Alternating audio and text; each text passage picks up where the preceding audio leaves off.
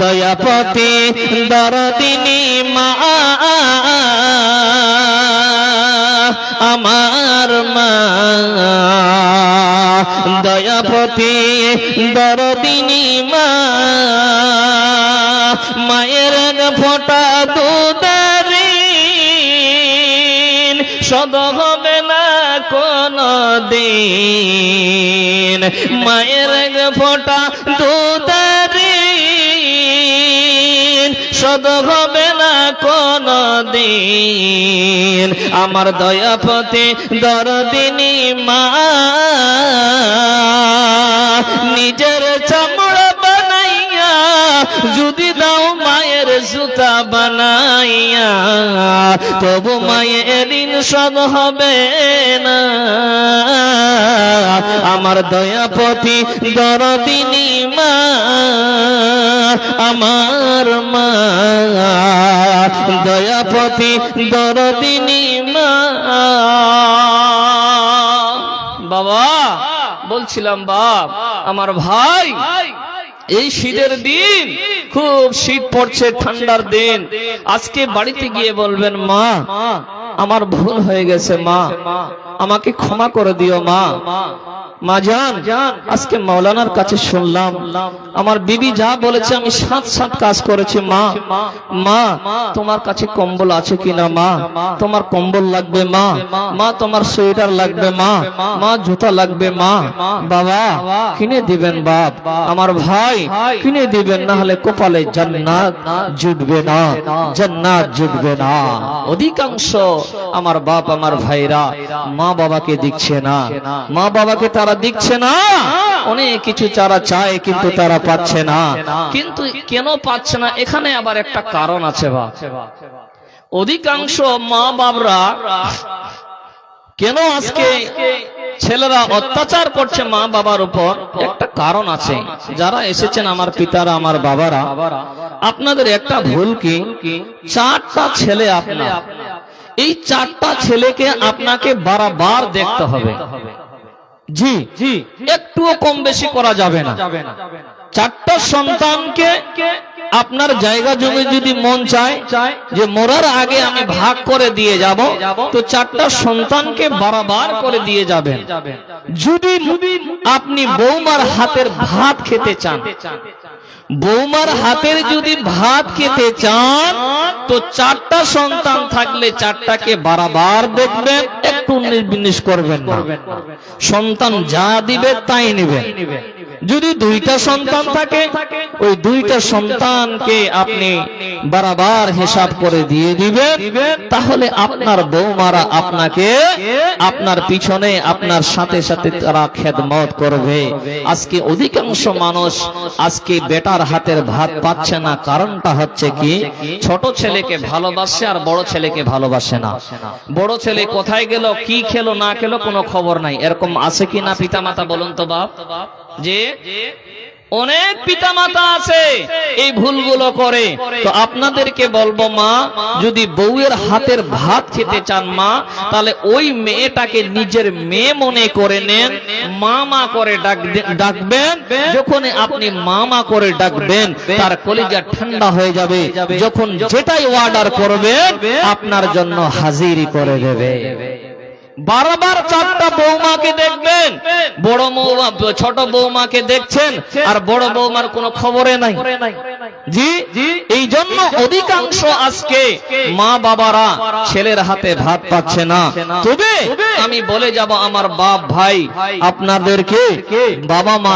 যতই আপনাকে দেখুক আর না দেখুক যেটা আপনার কর্তব্য আপনাকে পালন করতেই হবে উপায় নেই যদি জান্নাত যেতে চান তবে মা যদি বলে বেটা নামাজ পড়া যাবে না তাহলে শোনা যাবে না মায়ের কথা বাবা যদি বলে যে তোমাকে নামাজ পড়তে হবে না তাহলে তার কথা শোনা যাবে না বুঝতে পেরেছেন বাবা তো বলছিলাম বাপ আল্লাহ তাবারক তাআলার শুকরিয়া আদায় করবেন তারপরে পিতামাতার শুকরিয়া আদায় করবেন মা একটা বড় নেয়ামত যাদের মা আছেন যারা কষ্ট দিয়েছেন আজকে মায়ের কাছে গিয়ে ক্ষমা চাইবেন মা আমি ভুল করেছি মা আমাকে ক্ষমা করে দিও আমাকে মাফ করে দিও জি বাপ, তাহলে আমরা বুঝতে পারলাম মা একটা বড় নিয়ামত, মায়ের শুকরিয়া আদায় করবেন। চলেন আপনাদেরকে আরো একটা মূল্যবান কোরআনের আয়াতের দিকে নিয়ে যাই। কোরআনুল কারীম সূরা তাকাসুর 8 নম্বর আয়াতে আল্লাহ তাবারক তাআলা কি বলছেন শুনেন খালি ভালো করে। বিসমিল্লাহির রহমানির রহিম সুম্মা লা তুসআলুনা ইয়াওমাইদিন আনিন নাঈম। আল্লাহ বলে বান্দারে তারপর অবশ্যই সেই দিন তোমাদেরকে নিয়ামত সম্পর্কে জিজ্ঞাসা করা হবে। হে বাপ, আমার ভাই বোন, বেটি খালা, আপনাদেরকে একটা এখানে হাদিস বলে যায়। হাদিসটা অনেক বড় লম্বা, সেই মুসলিমের হাদিস 5208 নম্বর হাদিসে। হাদিসে রাবি আবু হুরায়রা রাদিয়াল্লাহু তাআলা আনহু থেকে বর্ণিত। তিনি বলেন, একদিন নবীজি দিনে কিংবা রাতে বের হয়েছেন। নবীজি একদিন দিনে কিংবা রাতে বের হয়েছেন। রাস্তার মধ্যে দেখলেন হযরতে আবু বকর রাদিয়াল্লাহু তাআলা আনহুকে। নবীজি দেখলেন হযরত ওমর রাদিয়াল্লাহু তাআলা আনহুকে। আল্লাহর নবী বলছেন, আবু বকর, এ ওমর, তোমাদেরকে এই টাইমে কিসের কারণে তোমরা এই টাইমে বের হয়েছো? কোন কারণে তোমরা, কে তোমাদেরকে এই টাইমে বের করেছে? কোন জিনিস তোমাদেরকে এই টাইমে বের করেছে? আবু বকর ওমর বলছেন, ইয়া রাসূলুল্লাহ, ইয়া রাসূলুল্লাহ, হে আল্লাহর রাসূল, আমরা ক্ষুধার কারণে বের হয়েছি। বাবা, হযরতে আবু বকর ওমর বলছেন, ইয়া রাসূলুল্লাহ, আমরা কয়েকদিন ধরে খাবার খাই দিই, এই জন্য আমরা বের হয়েছি। নবীজি বলছেন, ওয়াল্লাযী নাফসি বিয়াদিহি, নবীজি বলে, আবু বকর ওমর, ওই সত্তার কসম করে বলছে যার হাতে আমার জীবন রয়েছে, আত্মা রয়েছে রে, হে আবু বকর, আমিও কয়েকদিন ধরে খাবার খাইনি। বাবা, নবীজি কত কষ্ট করেছেন। এ বাবারা আমার, আপনার বাড়িতে অভাব নাই, আমার বাড়িতে অভাব নাই, কিন্তু চাচা আপনাকে একটু বলি বাবা, চাচা আপনার বয়স কত হবে? চাচা কত বছর বয়স হবে আপনার? হ্যাঁ বলেন, কত বছর বয়স? 60 বছর। আচ্ছা চাচা, আমি চাচাদের মুখ থেকে শুনেছি, চাচা আপনি বলবেন ওই 60 বছর আগে কত কষ্ট ছিল, বলবেন চাচা একটু। চাচা বলছে, বেটারে, ওই 60 বছরের সময় এত কষ্ট গেছে চাচা। আমার চাচারা বলে, বেটা, মানুষ ভাত রান্না করে, এই বন্ধু শোনেন ভালো করে, আমার চাচারা বলে, বেটারে, মানুষ ভাত রান্না করে, কিন্তু বেটারে ওই মাঠটার জন্য, ভাতটা মাড় পাশার সময় যে পানিটা বের হয় বাবা, সেটাকে কি বলেন আপনারা? কি বলেন বাবা? মার বলেন? আচ্ছা, তাহলে মিলে গেছে ভাষা নাকি? আচ্ছা বাবা আমার, ওই মারটা যেটা পাশাই, যেটা পানি বের হয় বন্ধ, আপনার মা আমার মা ওই পানিটার জন্য দরজায় মানুষের দাঁড়িয়ে থেকেছে। চাচা কথা বলেন, মিথ্যা না সত্যি? জি চাচা আমার চাচা বলছে, বেটারে ঠিক, বাচ্চাগুলো খাওয়ার জন্য কান্না করছে। মাকে বলছে, মা 4টা ভাত দাও, মা রুটি দাও গো মা। রুটি তো দূরের কথা বাবা, হে বন্ধু আমার, ওই ভাতের জন্য মা দরজায়, ওই ভাতের পানিটার জন্য মা দরজায় দাঁড়িয়ে থেকেছে। ওই সময় কতই না কষ্ট গেছে। তো বিশ্ব নবীজি বলছেন, আবু বকর, হে ওমর, আমিও কয়েকদিন ধরে খাবার খাইনি। আল্লাহর নবী হযরত আবু বকর ওমরকে নিয়ে একটা আনসারীর বাড়িতে গেলেন। ওই আনসারীর বাড়িতে যাবার পরে ওই আনসারীকে দেখলেন বাড়িতে নাই। আনসারী বাড়িতে নাই, তার বিবি রয়েছে। তার বিবিকে যখন বিবি তাকে দেখলো, আল্লাহর নবী হযরত আবু বকর ওমর আমার বাড়িতে মেহমান এসেছে, উনি বলছেন মারহাবান ওয়া আহলান। তিনি কি করলেন? স্বাগতম জানালেন নবীজিকে, যে নবীজি আমার বাড়িতে, আমাদের বাড়িতে এসেছেন নবীজি এবং আবু বকর। আল্লাহু আকবার। তো নবীজি বলছেন যে তোমার স্বামী কোথায় গেছে? তো উনি বললেন যে আমার স্বামী এই মাত্রই মিঠা পানি আনতে গেছেন। এই কথা বলতে না বলতে আনসারী চলে আসলেন। আসার পরে নবীজিকে দেখার পর, আবু বকরকে দেখার পর, ওমরকে দেখার পর তিনি আল্লাহর প্রশংসা করলেন, আলহামদুলিল্লাহ। কেন প্রশংসা করলেন? যে বিশ্ব নবীজি হযরত আবু বকর ওমর আমার বাড়িতে মেহমান এসেছে, আমার মতো আর সৌভাগ্যবান পৃথিবীতে আর কেউ নাই। তিনি আল্লাহর প্রশংসা করলেন। কিন্তু বাবা, আজকে আপনার বাড়িতে মেহমান গেলে আপনার মুখ কালো হয়ে যায়। খালি আপনার বিবির যদি খালি বোনটা আসে, তো আপনার মুখ থেকে কথা একটা বের হয়, কি তোর বাবার বাড়িতে কি খাবার নাই? হ্যাঁ, তোর বোনটা তো এই এসেছিল, আবার এসেছে কেন? তোমার ভাই তো 2 দিন আগে আসলো, তোমার বাবার বাড়িতে কি খাবার নাই? এ বাবা, কথাটা মনে রাখবেন, যত মেহমান আসবে অতই আপনার বরকত হবে। বলেন সুবহানাল্লাহ। কোনদিন মেহমানকে দেখে মুখ কালো করবেন না। নবীজি বলছেন যেই বাড়িতে মেহমান বেশি হবে ওই বাড়িতে বরকত হবেই হবে। আপনার এক চিন খাবার কম হবে না। আল্লাহ ওই মেহমানের জন্য আল্লাহ খাবার তৈরি করে রেখেছে। জি, তো ওই আনসারী নবীজিকে দেখার পর, আবু বকর ওমরকে দেখার পর আল্লাহর প্রশংসা করলেন, আলহামদুলিল্লাহ। বিশ্ব নবীজির জন্য, আবু বকর ওমরের জন্য বাবা তিনি খেজুর নিয়ে আসলেন। কাঁচা খেজুর, পাকা খেজুর, টক খেজুর, বিভিন্ন রকমের খেজুর নিয়ে হাজির করলেন। ওই আনসারীটি খেজুরগুলো দেওয়ার পরে উনি বকরি জবাই করার জন্য যাচ্ছিলেন। নবীজি বললেন, দাঁড়াও আনসারী, দাঁড়াও, তুমি ওই দুধ পিনেওয়ালা বকরিকে জবাই করবে না। হে মুসলমান, তিনি ওই আনসারীটি ওই দুধ পিনেওয়ালা বকরিকে জবাই করলেন না।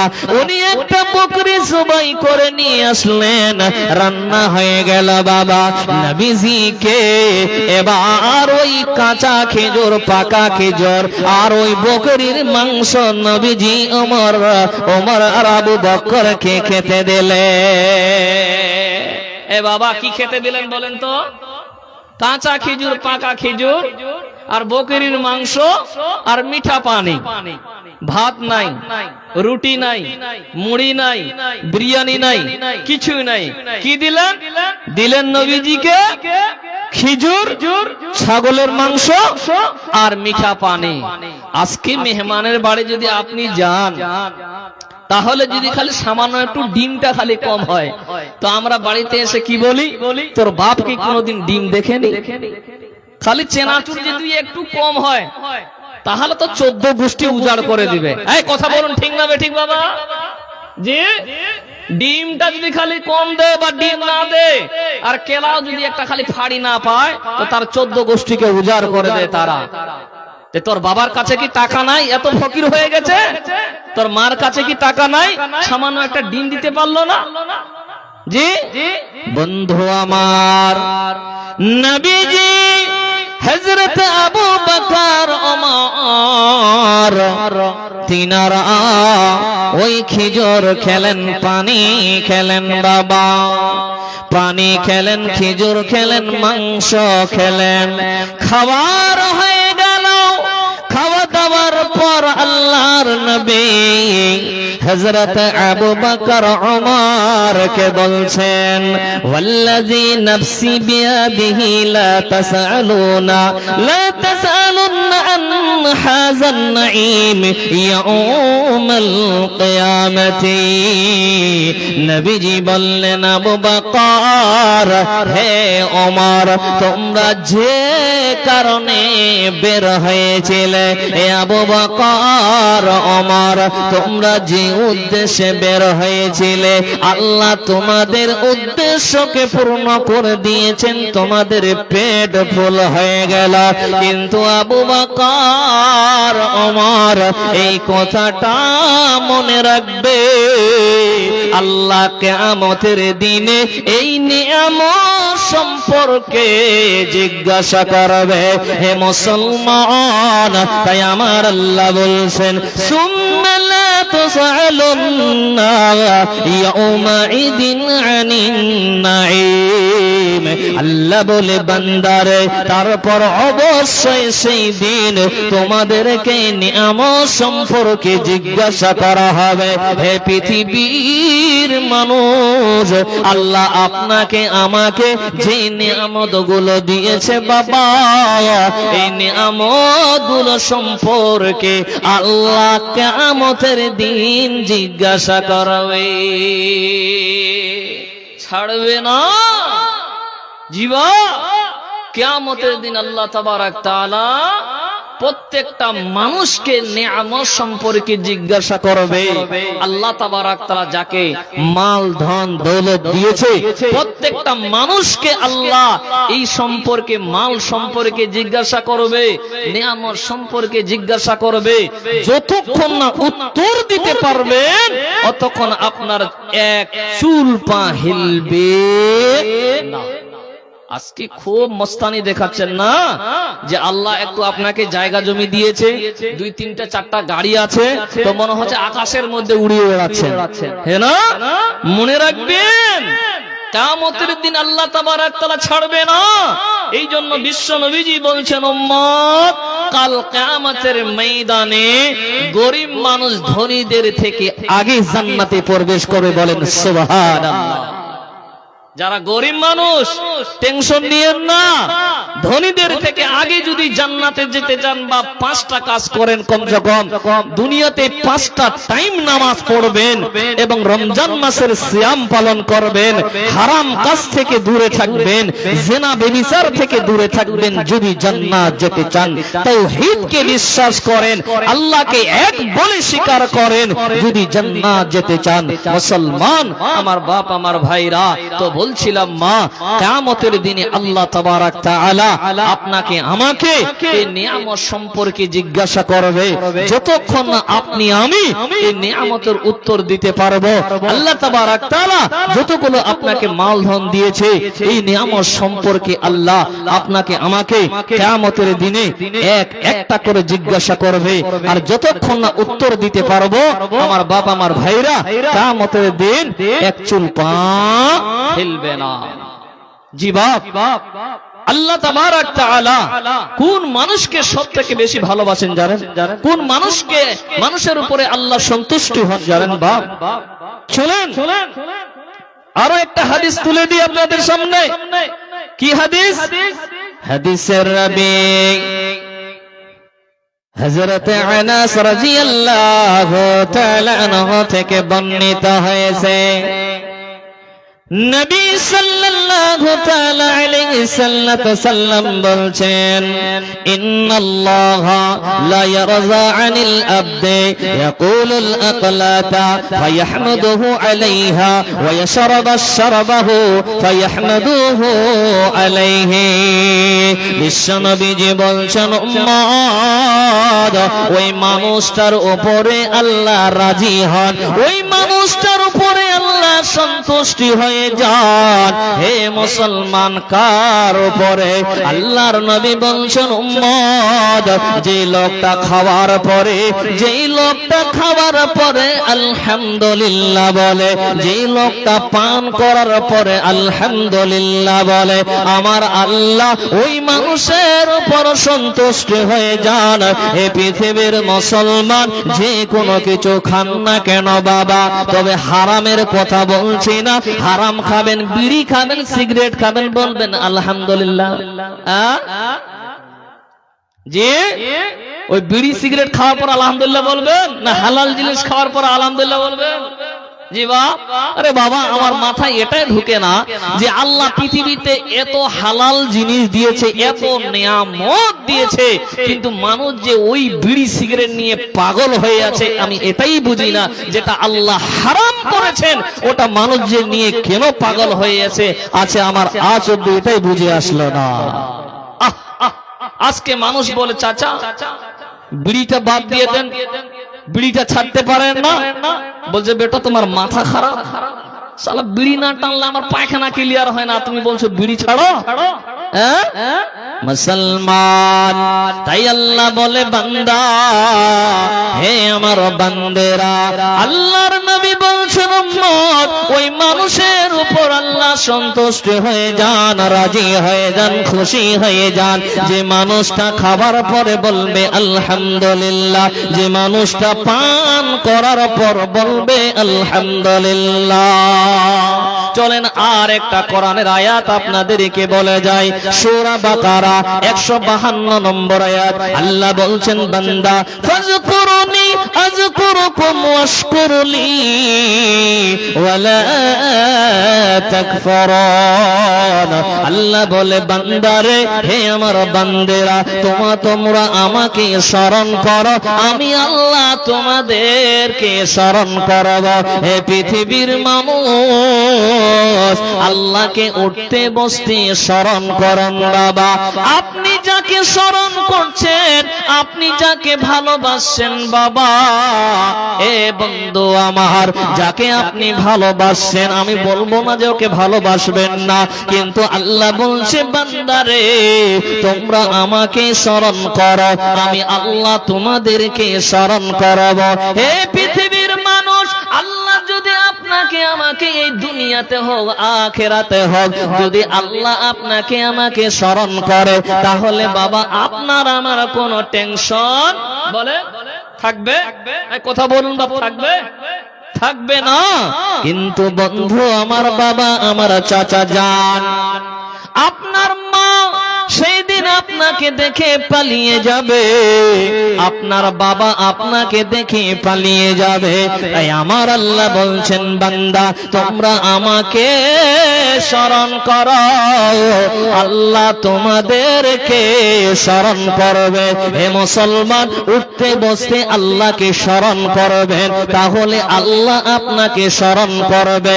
তারপরে আল্লাহ কি বলছেন, ওয়াশকুরুলি ওয়ালা তাকফুরুন, তোমরা আল্লাহর শুকরিয়া আদায় করো, আল্লাহর কৃতজ্ঞতা করো। যদি তোমরা আল্লাহর কৃতজ্ঞতা, আল্লাহর অকৃতজ্ঞতা তোমরা করো না, আল্লাহর শুকরিয়া আদায় করো, পৃথিবীতে আল্লাহ যা মাল দিয়েছে, পৃথিবীতে আল্লাহ যা ধন দৌলত দিয়েছে, এর জন্য বাবা উঠতে বসতে আল্লাহর শুকরিয়া আদায় করেন। একবার জোরে বলেন আলহামদুলিল্লাহ। একটু মুখ খেলেন না বাবা, বলেন আলহামদুলিল্লাহ। বলছে মাথা খারাপ, মুখ খুলবো। আরে মুখ খুললে তো পানের পিঠ পড়ে যাবে, খৈনি পড়ে যাবে। খৈনিটা তো খালি কেবল বানিয়ে লাগালাম মুখে, আর আলহামদুলিল্লাহ বলবো? হ্যাঁ বাবজান, আল্লাহকে উঠতে বসতে স্মরণ করুন আর আল্লাহর শুকরিয়া আদায় করুন, কৃতজ্ঞতা কোনোদিন করবেন না। আল্লাহর অসংখ্য নিয়ামত দিয়েছে, এই জন্য আল্লাহর শুকরিয়া আদায় করুন। যাই হোক বাবা আমার, আপনাদেরকে আরো কিছু শোনাবো ইনশাআল্লাহ। তার আগে যিনারা দাঁড়িয়ে আছেন একটু বসে পড়েন বাবা আল্লাহর ওয়াস্তে।